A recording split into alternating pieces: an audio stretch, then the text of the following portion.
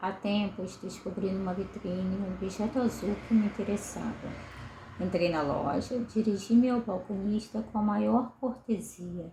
Pedi-lhe aquele objeto azul. Antes de me atender, o moço observou com a maior seriedade. A senhora quer dizer verde? Como não houvesse no lugar indicado nenhum objeto verde, nem mesmo vermelho, que explicasse um possível daltonismo, fiquei um pouco surpreendida, mas insisti. Não, eu quero dizer azul. O moço teve essa expressão resignada de quem tem de aturar por obrigação a impertinência dos fregueses, mas foi buscar o objeto indicado.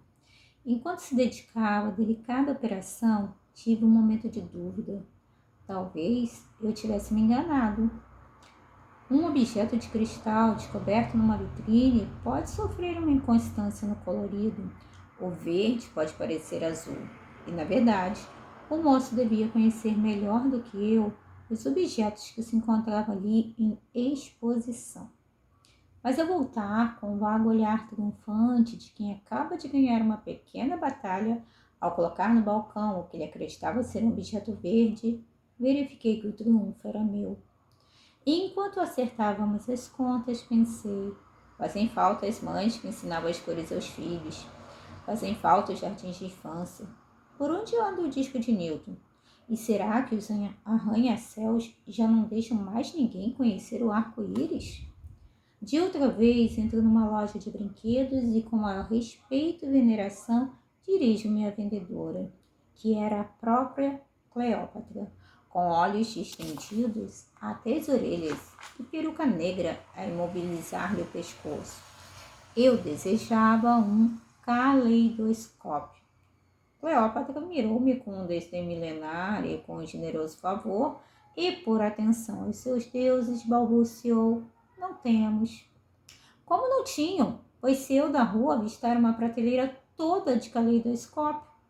Então, com mais humilde gesto, ousei apontar para a referida prateleira. Cleópatra, com visível contrariedade, corrigiu minha ignorância. A senhora quer dizer tubo? Mas eu, sabendo bem a distância que vai da minha pessoa à sedutora rainha, insisti por amor à verdade e à etimologia. Não, eu quero dizer caleidoscópio. Certamente, Cleópatra já não se lembrava mais dos gregos e, com desdém muito maior que o anterior, dignou-se vender-me um caleidoscópio. Na verdade, tão sem graça que bem merecia ser tratado como desprezível tubo. Mas outro dia precisei de papel impermeável. Dirigi-me a uma sessão de papelaria, falei com um jovem esportivo, limpo, atualizado, realizado, e pedi-lhe o que queria, certa de que seria rapidamente atendida. Ele, porém, com o seu belo sorriso profissional, também me respondeu: a senhora quer dizer papel metálico? Não, eu quero dizer papel impermeável. Mesmo. Ele fechou o seu claro sorriso, como quem recebe uma notícia triste, e murmurou-me inconsolável: não temos. Mas como não tinha? Pois estava ali mesmo, muito bem enroladinho. E o moço ficou tão admirado como se ele fosse o comprador e eu o dono do negócio. Mas o que me assombra não é que as pessoas ignorem o que vendem. O meu assombro é pensarem que eu sempre quero dizer outra coisa. Não, eu sempre quero dizer o que eu digo. Esta crônica dá título ao livro O que se diz e o que se entende, da Cecília Meirelles. Cecília é uma das minhas autoras favoritas. Eu tenho livros de literatura que ela escreveu, livros sobre literatura, crônicas, poemas para crianças. Tenho livros sobre Cecília. Cecília foi uma das maiores educadoras, uma das maiores pensadoras do século XX, que infelizmente faleceu cedo e teve uma vida muito difícil. O que Cecília mostra aqui é extremamente atual nos dias de hoje. Se você usa palavras mais corretas, digamos assim, as pessoas dizem que você é pedante, que você é tolo, ou fazem piadas no sentido de que o mundo não é mais o mesmo, não precisa falar assim. Como educadora de crianças, na metodologia que eu utilizo, eles leem muito, eles escrevem muito, eles pesquisam muito, porque a consciência crítica e reflexiva deles precisa ser despertada e precisa ter bases sólidas para os conhecimentos futuros. Então, por conta disso, muitas vezes o que é óbvio parece complexo e o que é simples se torna extremamente difícil. Isso não é um privilégio da nova geração, das crianças que foram educadas para automatizarem tudo e que por conta disso desenvolveram pouca paciência, pouca concentração, pouco foco. A questão é que nós adultos estamos deixando a qualidade de lado em busca de uma quantidade que não significa nada. Isso em termos de vestuário, em termos de vivência, de experiência, de relações interpessoais, de relações amorosas, de um consumo desenfreado de coisas imediatas. Por conta disso, muitas vezes, quando você resolve eleger a literatura como uma prioridade na sua vida, muitas vezes você enfrenta as pessoas. Minha janela aberta. Você enfrenta as pessoas com piadas, gracinhas e comentários desnecessários, mas é preciso persistir sempre no intuito de que nós não mudamos o mundo, mas influenciamos e inspiramos pessoas.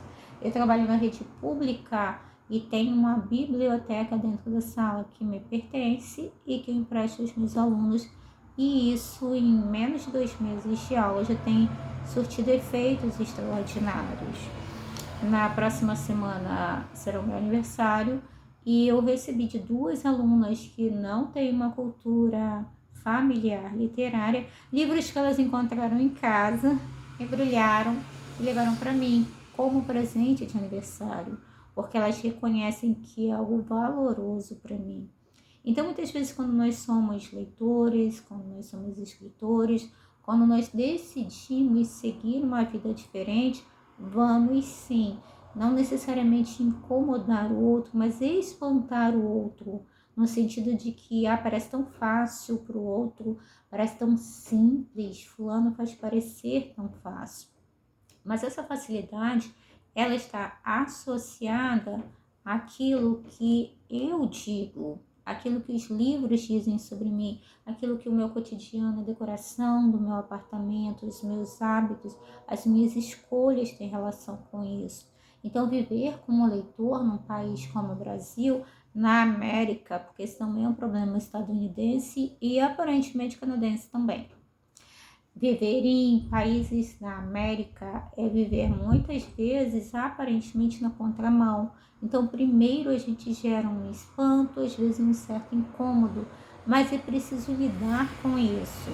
Porque se você quiser realmente construir uma vida significativa com a literatura como seu grande patrimônio, como a construção de ideias, de conexões e de uma vida significativa para que toda essa bagagem possa construir um repertório que vai transbordar em conhecimento, em reflexão, em realizações profissionais, realizações pessoais, uma vida mais saudável em todos os aspectos, é preciso sim compreender que às vezes você diz uma coisa e o outro entende outra, e que por conta disso não é necessário baixar o nível das palavras, baixar o nível da forma como você vive.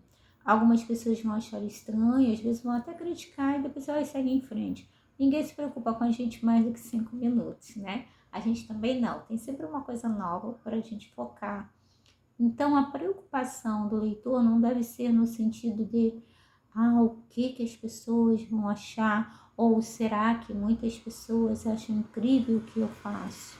Você faz porque considera interessante, porque considera benéfico, e isso vai gerando uma onda de influência ao seu redor.